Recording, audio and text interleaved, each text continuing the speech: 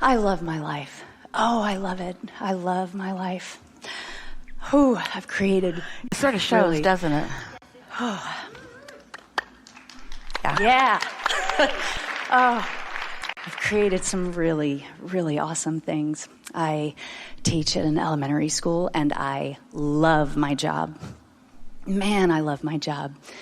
I know how to get into the receptive mode pretty easily. I do that well. We know, because you lighted up the whole room. You're back there in the dark. There are not even faces or color back there, but there you were, just glowing away. Thank you, thank you, thank you. Yes, I know this. I receive that. Thank you. Wow. I am learning how to appreciate contrast. That feels really good that I'm growing in that. I don't have a question today. Well, we don't want any of you to look at unwanted and try to like it. That's not what appreciating contrast is at all. Appreciating contrast is realizing that contrast gives birth to desire, and that's what the expansion of the universe is about. So if you like, you could say, where I am sucks, I hate every particle of it, but I do like knowing that something has launched that while I can't see it right now because I'm in this bandwidth and I can't see beyond where I am right now, but I know enough about how this works to know it's out there, and at some point I'll find myself chilled and in vibrational harmony with that. And then I'll get to see it. I'll get to witness it come closer and closer and closer into full. See it, hear it, smell it, taste it, touch it, manifestation for me. Yes.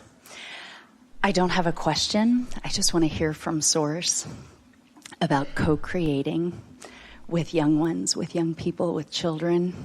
I have a 16-year-old daughter. I love it. I've worked with so many different age groups, and I love it. And there's fun and joy and beauty, and there are challenges. What is the age group now, approximately? 9 and 10-year-olds. Yeah. And I love creating with my students. I tell them every year, every group that I get, I say, they always give me the best students. Well, you're attracting them, for sure. And I want more. But here is something that we will say to you. There's not much that we can say that would bump you into a better place than where you are, because you're in a really good place. But since you're never finished and there is always more, and since we are show-offs and smart alecks here, and we're always wanting to call you beyond where you are, that's what you're asking for, they know more about life than you do, because they have not forgotten their selfish interest. They have not forgotten that it's supposed to feel good to them. And they're still reluctant to give up that perspective that comes first of what I want. We like so much that you use the word co-creating in your teaching work. You're co-creating with them, which means they have already launched many rockets of desire, and you get to spend quite a big part of your life and their life on a weekly basis with these focusers who don't have nearly as much split energy as your 16-year-old or as most adults. Because when they want something, their desire is pure. Even if they've had a lot of strong-arming going on in their family already, even if they've been subdued to some extent and guided to some extent, they still have that stronger intensity that's coming from their own inner being through them, that lets them feel not the power or the rebellion in their desire, but the sheer pleasure of it. The sheer pleasure of still having desire that hasn't been compromised by their own contrary thought, because it's only their own contrary thought. In other words, we're just going to play with you a little bit. How many are in your classroom? 20? 28 to 32. So let's say there are 32 of them there, and they're tuned in, tapped in, turned on by comparison with much of the world. And they're going and flowing and attracting, and they're still in that place where they're in concert with their inner being, and their intuition is working well, and their emotions are too. And we know they get upset from time to time, but in comparison with adults, hey, They're doing really, really, really, really, really, really, really, really good. And let's say that you are not who you are. Let's say that you've been assigned them and you are the controller of them, and you've decided to make sure that they understand that you are the boss and that they are not. What all of their inner beings are applauding is this fact. These little kids don't give a rip about what you think. Yeah. You're inconsequential in your attempt to control them still. But let's say that you were especially good at what you did, and that you could punish by withholding things. You could get their attention by really getting them to feel like it was better to obey you than to defy you. And so that's the part where you would be an influencer to the splitting of their energy. But it takes quite a bit of that before they start second-guessing their own desires. Esther remembers the first time, and really one of the only times she ever saw Jerry really angry. And it was because he was at someone's house. There was a family, and there was a teenager there who really warmed up to Jerry, and Jerry was encouraging him about something that he was interested in. And the other adults in the room, two in particular, were really putting him down, saying, you can't do that. Don't even give that a thought. You can't do that. Let that go. You're not smart enough. We don't have enough money for that. That's not going to happen for you. Let that go.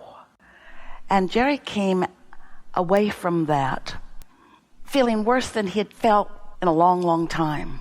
And Esther said, what's going on? She wasn't there. What's going on? And he said, I just witnessed with my own eyes the thing that happens to young people that makes them start to doubt themselves.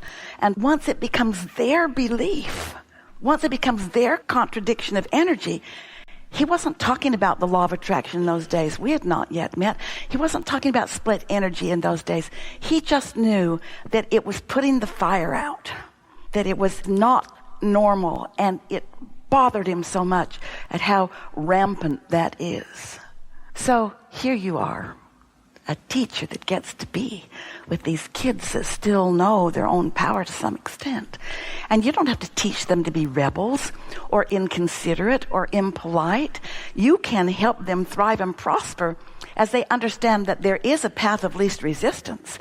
And the path of least resistance is to not buck up against something that thinks it's really strong and powerful. Don't buck up against it. Just let it think that it's big and powerful while you continue to know your own power. And so if we were standing in your physical shoes, every chance we could get, we would impart to these kids. Their power is in their joy. Their power is in their love. Their power is in their fun. And as long as they are feeling frisky and good, the world is their oyster. And on a pretty regular basis, we would be so bold as to say, don't let anybody tell you otherwise, because if they're telling you otherwise, they've just forgotten the most important thing in life. And just leave it right there. You demonstrate that through your behavior and through your knowing, and you really don't even have to put words to things. You don't want to make it so obvious that they go home and talk about the weird teacher they've got, because parents really want teachers to be hard-nosed and teach discipline. That's what they want. But we don't know a parent in the world that would be unhappy with a happy child coming home from school. A happy child, learning and productive and brilliant. Do you know? The more you can encourage them being tuned in, tapped in, turned on, the more brilliant that they will be, the more resilient that they will be, the more harmony they will have. What an exercise in the way this all works. You get to live. No wonder you love your job. Yeah. Thank you. Yeah. Thank you.